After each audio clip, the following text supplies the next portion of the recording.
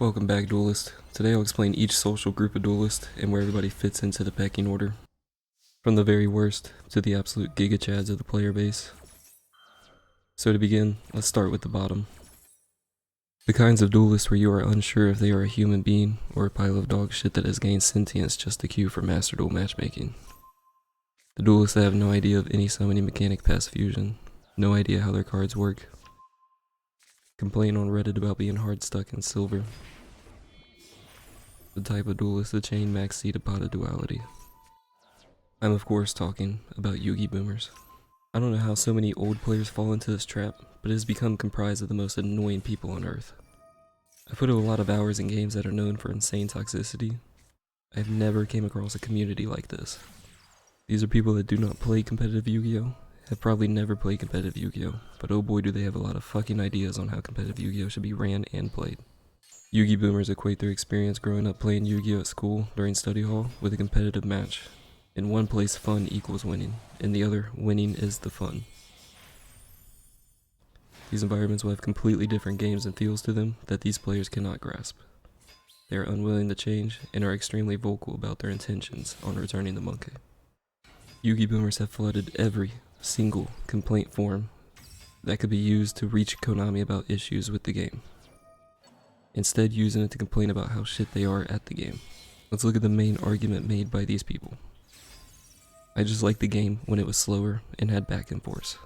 Yes, I too love the back and forth of my opponent summoning Chaos Emperor Dragon, looping my hand in field, searching a Yada to then Yada lock me. The game was slow back in the day. There was so many FTKs since this game's inception, like Empty Jar and Deep Draw Exodio. Besides those, you had formats that ended on turn 1 or 2, like dad formats with Crush Card or OTK. The game has always been like this with no indication of change. Just keep praying Kamani adds GOAT format for you, so you can swipe your credit card for 20 UR staples not yet in the game, but you can bet your ass they're labeled that way. That will most likely be updated into the master pack. At least then you'll get your back and forth games of Library FTK and Stallburn. The rest of us will continue actually playing the game and complaining about the next group of players, which of course are Eldlich stall players. This group has one main boss monster, and it's a trap card, appropriately named Skill Drain because it drains every ounce of fucking skill from the current game. Most matchups become, do you have back row destruction? No? Okay. Well, I have game in about 20 turns. Then you gotta sit there and watch this guy act like he's thinking each end phase on whether to set the trap that pops a card and floats, or the one that kills your dreams and fucks your wife. These players are not here for duels. They are the complete opposite of the last group in that they only care about winning and the satisfaction of making your opponent dislike the game. As soon as you can show that you can play around or out their floodgates, most will quickly run in shame, hiding their loss by insta-queuing another game and hoping to win that coin toss as well. And the disgusting cycle repeats itself. Next up, the balance of scales. Ever so slightly above Eldlich stall decks at the bottom of society are combo players. Specifically Degenerate combo players. These decks do the same thing as Eldlich stall with having a floodgate backed by negates, they just have a lot of steps to get to that point. Summoning Rongo, Scythe locking, searching vanities, summoning a barrier statue. These are all things that will put you on an FBI watch list. They are also things that are no different than setting a skill drain in a conch. The only reason this group of duelists is slightly higher is because they allow at least some interaction while trying to build their board, compared to just setting 5 and passing. Cards like Max C and Ash Blossom are the nightmares of these duelists and can allow for fun game states once resolved. Now this next one might seem a little specific, but it goes off the last two. And I'm talking about people that post combo and stall decks online, and even teach these decks. These people are always so irritating, asking you to subscribe to their channel or some bullshit. I bet they're not even mediocre at everything they even post. Even better, I think they're gonna start live streaming Master Duel soon. The absolute nerve of these people. Thankfully, it's always hard to tell these duelists apart from others while playing the game. Next up, we have Invoked Duelist. A deck of 10 engine cards and 30 staple cards. They end on a very different board from the rest of the meta. A normal summon Omni Negate and a Floodgate. The only reason they're so high up and not paired with the others is because this group of duelists knows they're cringe. They've been doing the exact same play for 6 years now with absolutely zero shame. It's like an old guy at a strip club. Everyone knows that guy's probably creepy, awkward, and a bit out of place. But we also know they probably don't know anything else, so everyone just kinda lets them do what they want, and you just hope you can avoid them for the night. Anyways, that puts Alistair decks at the top of the bottom tier for the social hierarchy. Moving along at the bottom of mid tier, we have returning players. You might think it's weird I haven't mentioned normal new players yet, but let me be clear. Returning players are just worse new players. Unlike new players who have no idea what decks do and are just trying to learn to play the game, returning players have no idea what decks do, but have preconceptions of how the game should be played. So it's truly a coin flip as returning players come in all shapes and sizes. You can have someone who played Dueling Network a lot, but took a break to go to law school like most Yu-Gi-Oh players, and wants to find a tiered deck to pick up and learn the meta before making rogue decisions.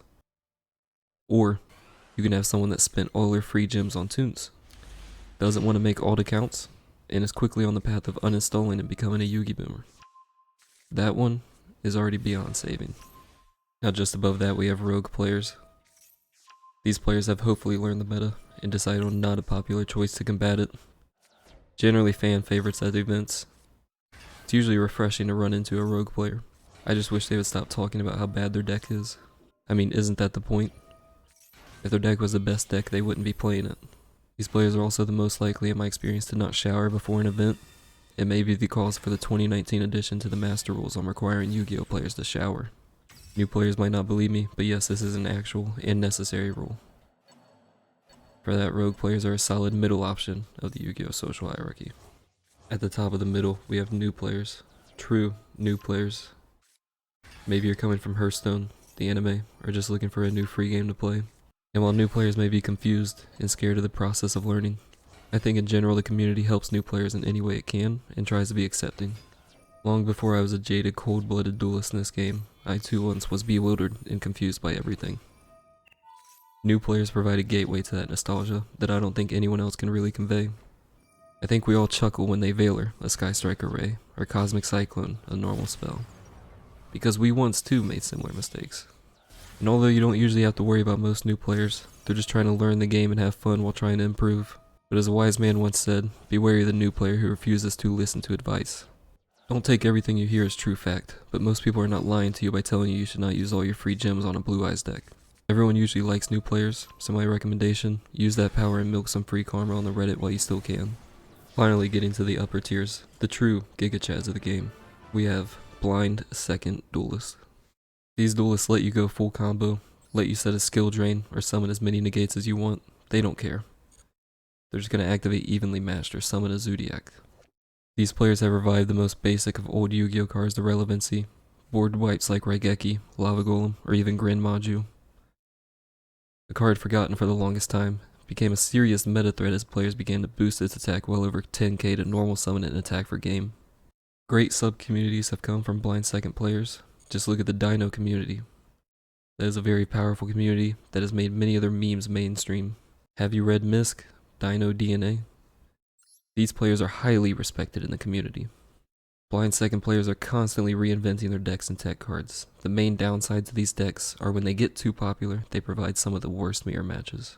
Finally, we have the group so close to success. The duelists just below the top of society. A group of duelists that have been hated by Konami, by Yugi boomers, and by so many others for being so successful. A group that has had multiple attempted assassinations that prove fruitless. I'm talking about Pendulum players. This group of duelists have brought so much energy to this game. The hype duels, the figureheads, the memes. These groups of players have taken a mechanic that Konami has tried to kill off, and they make it still work. This is a deck that can go second through multiple negates, and when going first they don't even attempt to set up negates with floodgates to waste your time. They just FTK you like they should. The pure embodiment of modern Yu-Gi-Oh! Pendulum players are extremely respected, and are a lot of times the fan favorites at events. However, as much as Pendulum players may want to be at the top of the pecking order, they can never be at the top.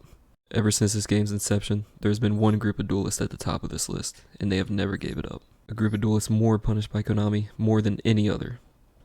However, even being around this long, we have never encountered these duelists before Master Duel. Almost like a hidden secret society pulling all the strings. OCG players. These duelists are what Master Duel is made for. We are playing an old OCG format. We are playing with OCG rules like best of one. While everybody else is complaining about this, these players are seasoned to it. They got their meta cards from day one and all got the Plat 1.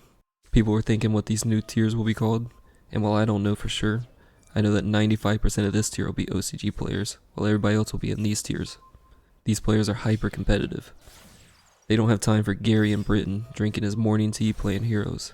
These players are going to war every game. Skill drain, max C, any power card you can think of, these duelists will have them. When they misplay, it's most likely them doing it on purpose to BM you. World leaders fear them, Yugi boomers hate them, OCG players are the true monarchs of Yu-Gi-Oh! Master Duel. With that, you now have a complete understanding of the Yu-Gi-Oh! Master Duel community. Now get out there and start pulling from the Eldlich secret pack.